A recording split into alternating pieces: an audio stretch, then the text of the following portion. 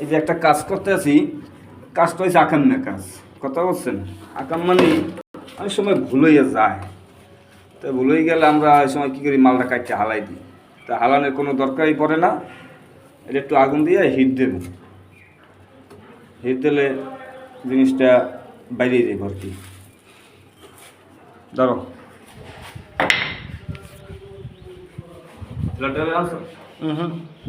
কই দিছে নিতে ফ্লাইট ড্রাইভার টাক দিলে জিনিসটা বাইর করতে সুবিধা।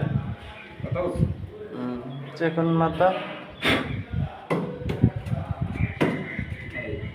একটু হালকা ঢুকাইয়া টান দিলেই উঠতে যায়। উঠতে যাইব, তাও জিনিসটা নষ্ট হইল না। তো কি হইলো, আমার কিন্তু গান নষ্ট হইল, মালটা কাজে লাগাইতে পারলাম।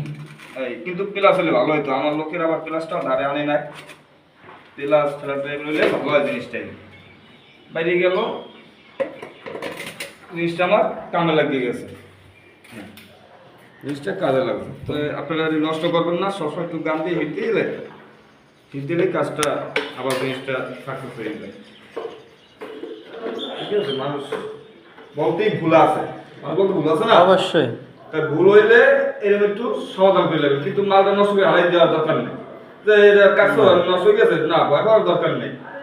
মালটা হারাইতো ওরা বা মালিকের যাইলেন না, বাড়ি বাড়ি ভাঙিয়ে হারাই দিলেন, ওরাও দরকার নেই।